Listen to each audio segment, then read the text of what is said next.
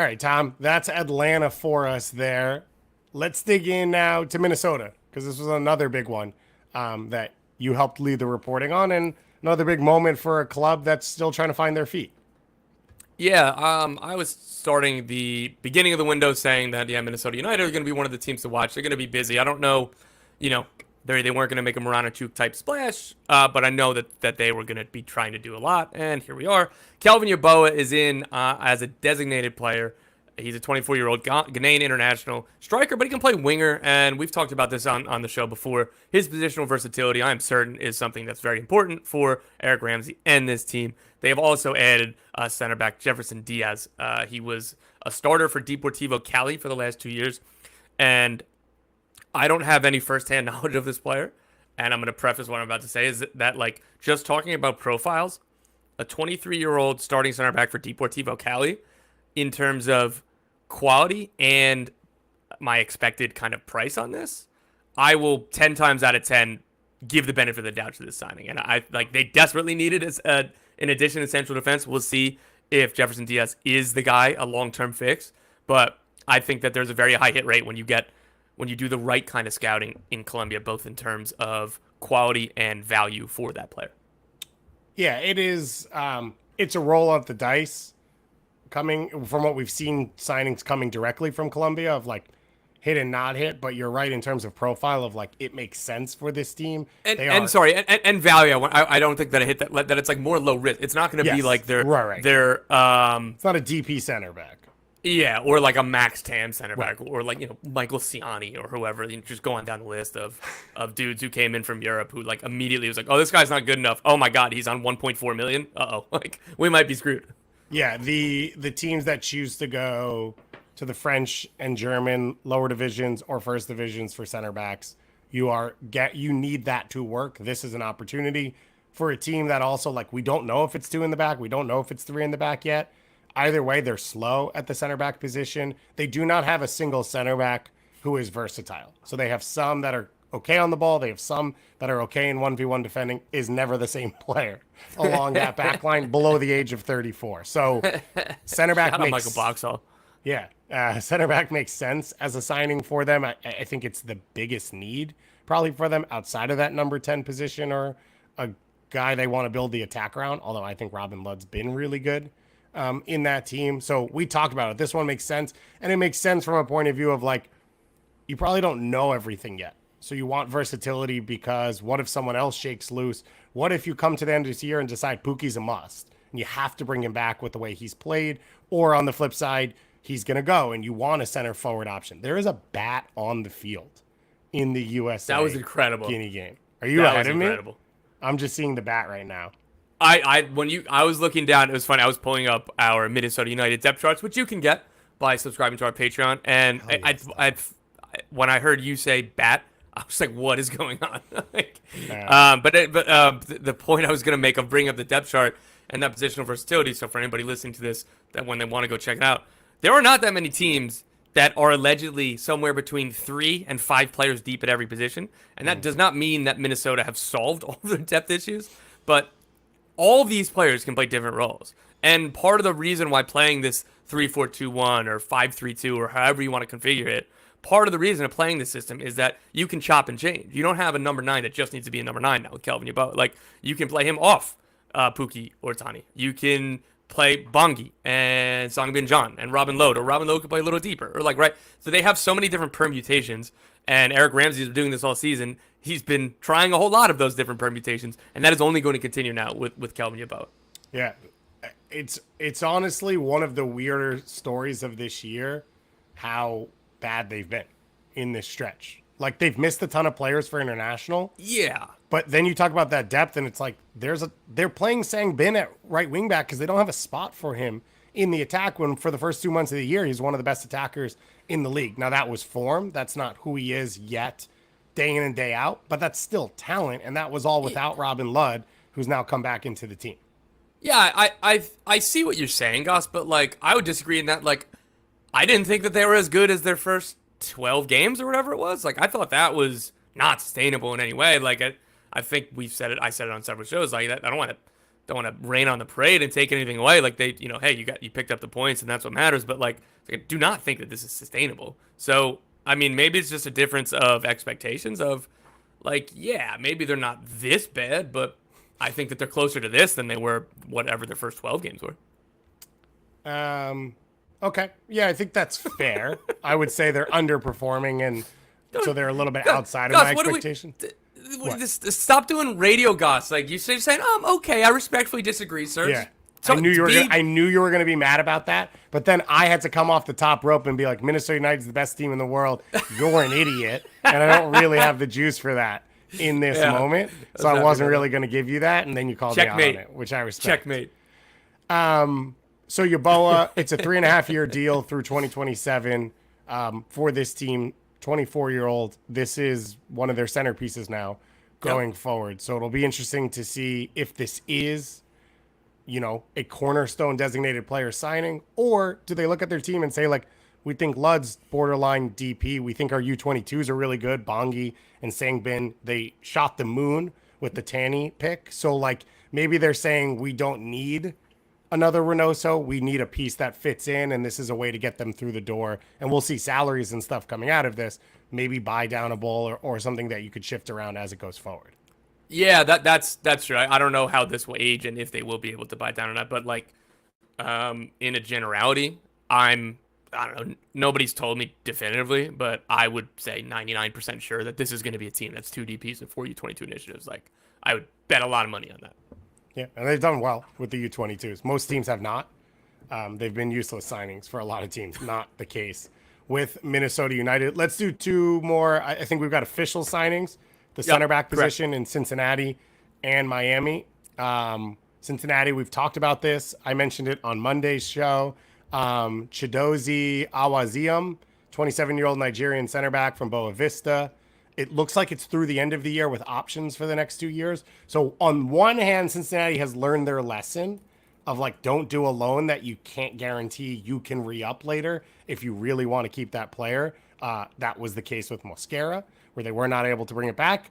You hope the options in this one are a little bit cleaner than the one in the Santi Arias deal, which was like, oh no, if he plays the way you want, you're never going to keep this player or get them back. As Paredes scores his 3rd goal. Yeah. Shout out to Kevin Paredes doing the business. GA Cup legend. And so we knew Cincinnati needed center backs. Tom, they identified their player. They went out, they got the business done. Like, everything about this makes sense. And now it's just, how quickly can this player get, comfortable in MLS? Yeah, this is a player that it's not a short, like, Yerson Mosquera, they knew if he was as good as they thought he was going to be, or even 75% as good as they thought he was going to be, that was going to be a 1-year rental. And they were okay with that at that point. And it worked out fantastically for them. So they knew that wasn't going to be a long-term piece, like, almost definitely. For Awuzie, he's somebody who's been on the radar for a long time. I was told, like, as far back as when they signed Matt Miazga. And, like, Matt Miazga was their top target during the time, but Awuzie was another person on that list. So they've been tracking him for a long time. And they weren't just going to sign, like, I know our good pal Matt Doyle was like, oh, what if you get Matt Hummels to take, like, a 6-month deal and then try to figure it out in the winter? Like, that's not what this is. This is what they hope to be, a long-term solution. And yeah, it might not fit perfectly in the amount of money that, hypothetically speaking, of Miazga, Robinson, and Awuzie in central defense next year. That's a winter problem, and that's something that can be solved. You just move a different player out at a different position. You just solve the salary cap.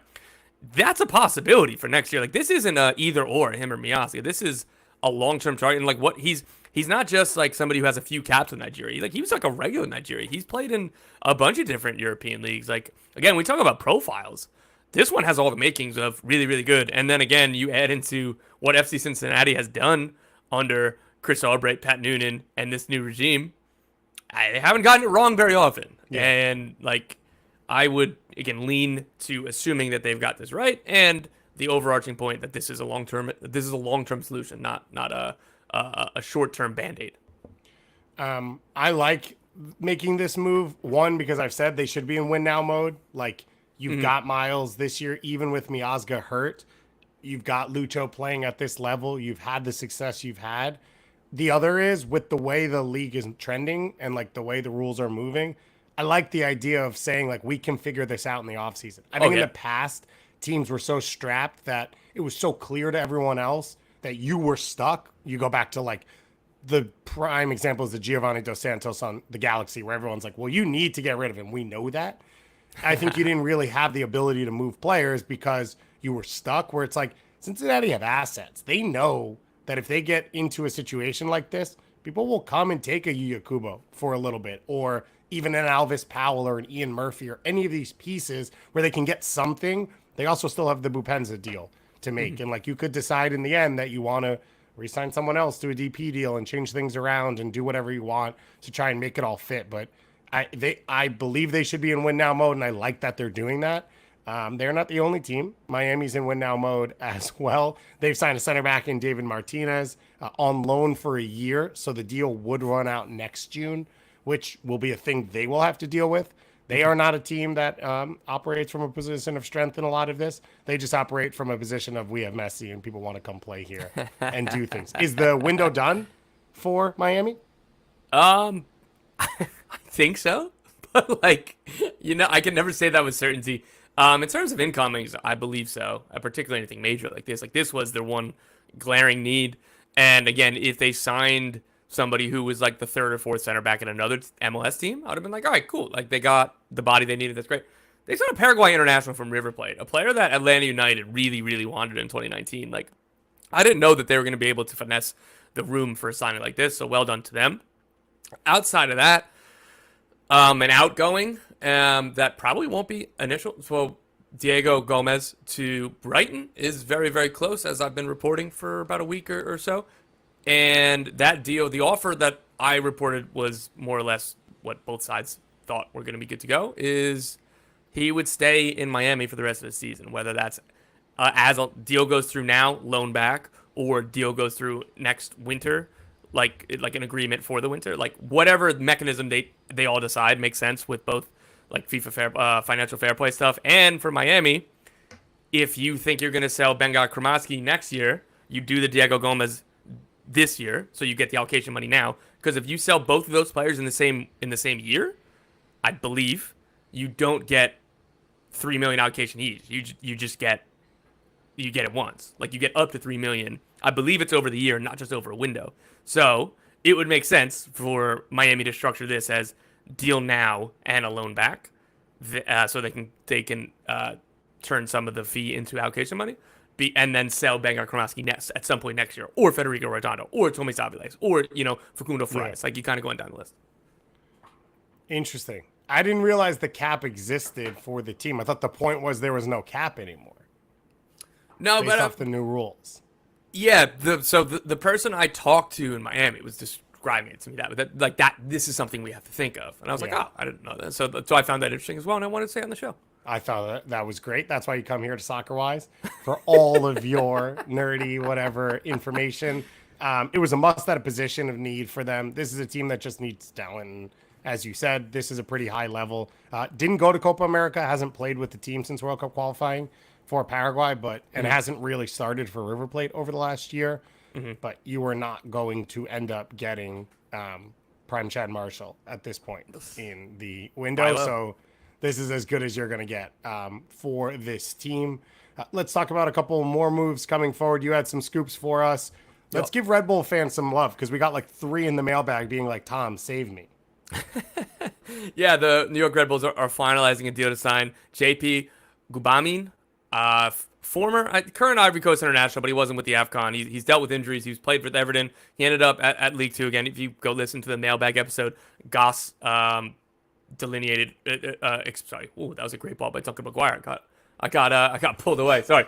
Goss explained what happened to lead him to where he is right now very, very well, and I'd encourage you guys to go listen to it. The short version of it is that he had dealt with injuries. He left Everton because he was super unhappy, and then ended up in the French second tier because he didn't become a free agent until too late. He's still a free agent now.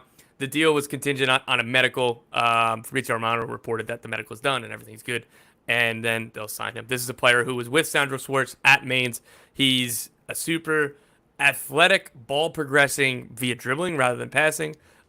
He's somebody who's going to win duels second balls, first balls, all that stuff. It's like absolutely the kind of player you want in this system. And to add, they are still in the market for another forward. I haven't gotten clarity if so. Gubamin could be a designated player or could be bought down. So I don't know what kind of profile exactly the Red Bulls are looking at for forward. Like, all I got was young, and I was like, I don't know if that means young DP or if that means U-22 or if that just means a young player who's going to sign on the salary cap, right? Roko Simic, like, those rumors are real from what I've been told. Like, I don't know if, like how advanced things are, like, but I do know this is a thing that is in play. And one of options being considered is one of the ways it was described to me. So Roko Simic would be a phenomenal signing. If they're able to get it done and get it under the salary cap. But again, I think fans were worried that Gubamin meant that was it and they're done and they're just going to roll with what they have in attack because if he's healthy and all goes well, this is a significant signing. But I'm told that they're still planning for another one. That's really exciting, I think, for Red Bulls fans. I think historically it's fair for them to assume, like, oh, that we're going to get at best get one and at best replace the piece we lose, rather than increasing talent. I think with Gubamin, you said everything that I've sort of seen. The one hope is, like, you're just also talking on another level. Like, you're talking about a guy who came up through the French youth ranks and, like, he's just really good at soccer. And there are moments where that can help you be better than when less good players are on the field. And, like, when you watch I can't disagree with you here. I really can't. And this is elite analysis. It's a clean first touch, clean second touch, ability to get the ball out of your feet at the right time. Like, there are these little half moments for Red Bulls that they've never really taken advantage of, especially in playoff games when teams sit in and know their style and aren't going to allow themselves to be beaten with their press. And this could be a player that could help you get over that line. Yeah. I talked about his size a little bit as well as like a late runner at the far post or another option in the box. That's something for Red Bulls that they need to take advantage of. Because again, teams won't let them beat them with their press in postseason action going forward. And so this feels like a really good move, and it feels like a good time to do it because you've gotten stuff out of Doncor and Wiki Carmona and like all these other pieces. So you're in a spot where those are now added assets to your depth, but now you bring in a high level starter and you don't end up in a situation where you're trying to throw the whole season on their shoulders. How tall is he, Goss? Is he not that tall? You said 6'4", right? I didn't say a number to be clear. You said 6'4". I listened to the podcast. No, I did. Oh, I didn't know his height, so I didn't say that on purpose. I just said tall. Well, how tall is he? 6'1". According to the internet. So he's tall. I don't think I ever said an actual height because I would never know. Because somebody back me up in the Patreon is all I got to say. Yeah, someone come. We'll settle when we get our new polls channel. Someone jump into the Discord. Main reason I know I wouldn't say that is I never list soccer players' heights because they're always done in meters. Since Emi Ochoa? Yeah, pretty much. Because they're always done in meters on Transfer Market and FBref and all of that. And I'm like, well, this is in a different language, so I'm not going to deal with this going forward. Let's talk a couple of the other ones that have you excited. What else are you thinking about right now? What else are you reporting on that you think could be fun? Yeah, so I've reported that Lewis O'Brien was going to LAFC on loan from Nottingham Forest, and between our pre-show meeting and this show going live, that deal has been announced by LAFC. This is a phenomenal move by LAFC. I thought there was no chance Lewis O'Brien was coming back to MLS. I don't know, man. I'm almost at loss for words that like this midfield is so stacked now, and people were replying to like the tweet and talking in the Discord about like LAFC fans being like, oh, we really needed more depth or like backup. I was like, this dude is too good. Like I understand that like there's a lot of starting level players in the team. I was like, it feels really weird to call this guy just a depth option because he's a really significant signing. What I was told that I kind of heard that like this was a player that before DC signed him, and a lot of the framing around DC signing him a couple years ago was this was a Wayne Rooney special. Nobody else would have known that this kid was available and stuff. You know who had him on their discovery before DC United? Columbus Crew. Columbus Crew. And you know who left the Columbus Crew to go to LAFC? Neil McGuinness. So I think you could kind of trace the steps here. I'm like hesitant on, but like I think that's important context because again, the Lewis O'Brien thing, when it was first reported, was like, oh, Wayne Rooney, like, this is the Wayne Rooney effect, like, DC United, we're going to finish 13th this year, but we're going to get an English player for 3 months. And he wasn't somebody that people didn't know about. So, right? So, and again, I'm sure Columbus weren't the only team that knew about him as well. But anyway, my point is, this is a really shrewd signing in just a team of shrewd signings.